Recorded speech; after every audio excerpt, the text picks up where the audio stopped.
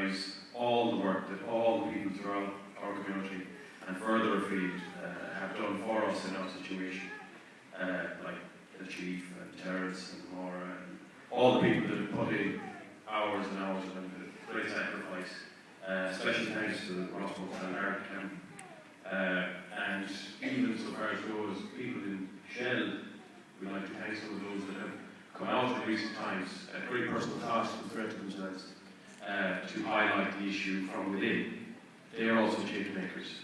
But key for our situation, obviously, I'd like to mention Micheál O'Shine, Philip McGrath, Vincent McGrath, Brendan Philbin, and Willie Curduff, the Rossmore 5. Without which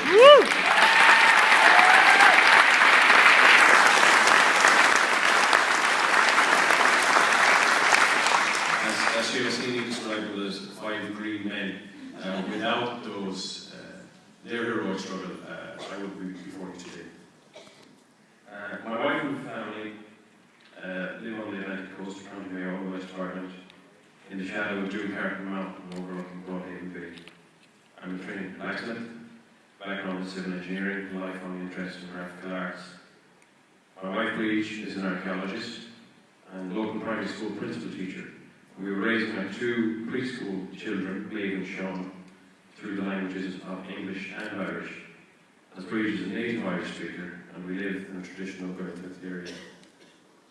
Kilcommon Parish, where we live, has a long human history and is a place of great natural beauty, and hard-working people who are warm and generous, living a peaceful existence, mostly farming and fishing, in a windswept and unspoiled environment that can be sometimes harsh but always dramatic. The drama of recent years, however, has not been born of nature, but as a result of the global thirst for fossil fuel extraction. In the late 1990s, a potentially profitable offshore gas field was announced to a great fanfare. With it came the promise of an economic revolution, jobs aplenty, and extensive infrastructure development for the entire West Coast, which would be a particular boost for any area that was lucky enough to host such a scheme. Then, for undisclosed reasons, our area was chosen for the newly named Corrib Gas Project. The debate over Corrib has raged on ever since. Today, our community is host to an incomplete scheme that has gone through multiple cosmetic adjustments and seemingly never-ending crises. There are extensive problems with specific development concept and associated economic framework. But as a community, we are simply suffering at the hands of those wielding power.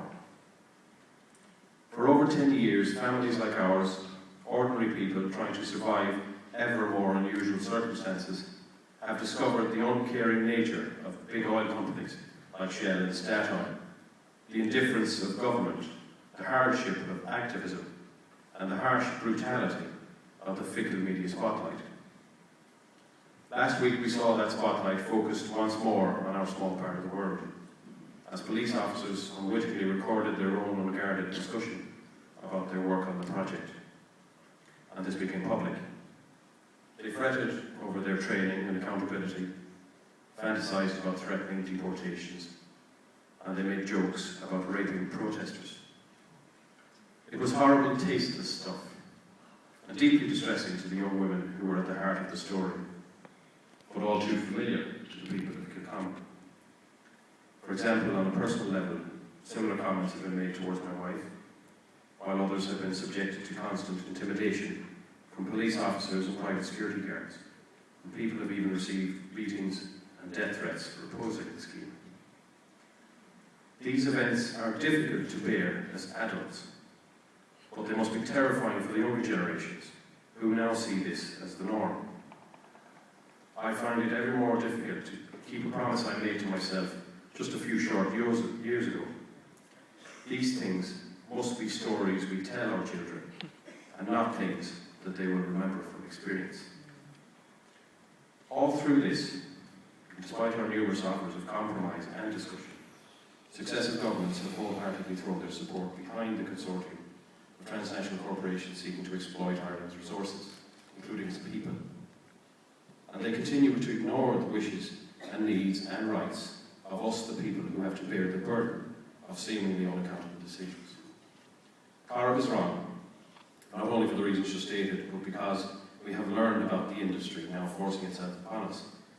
We have learned about the risks to our environment, about the experimental nature of the development, the potentially catastrophic consequences when things go awry, and that the promises of those early years were hollow and false.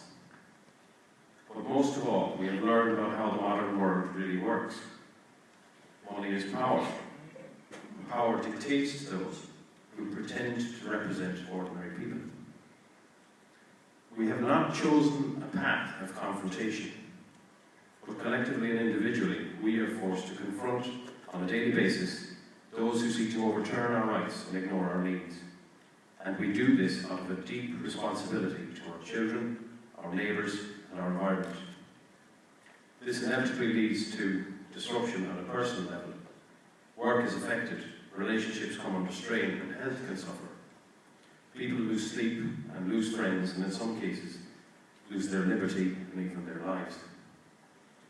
Ultimately, we have also learned that problems like ours are not unique to our community, but that divisions and disputes can and must be resolved, no matter how intractable they seem, through cooperation and dialogue and mutual respect. Even though such a course demands great personal cost, we will tirelessly continue to seek a resolution for all the reasons mentioned above, and not least of all, because it is the right thing to do.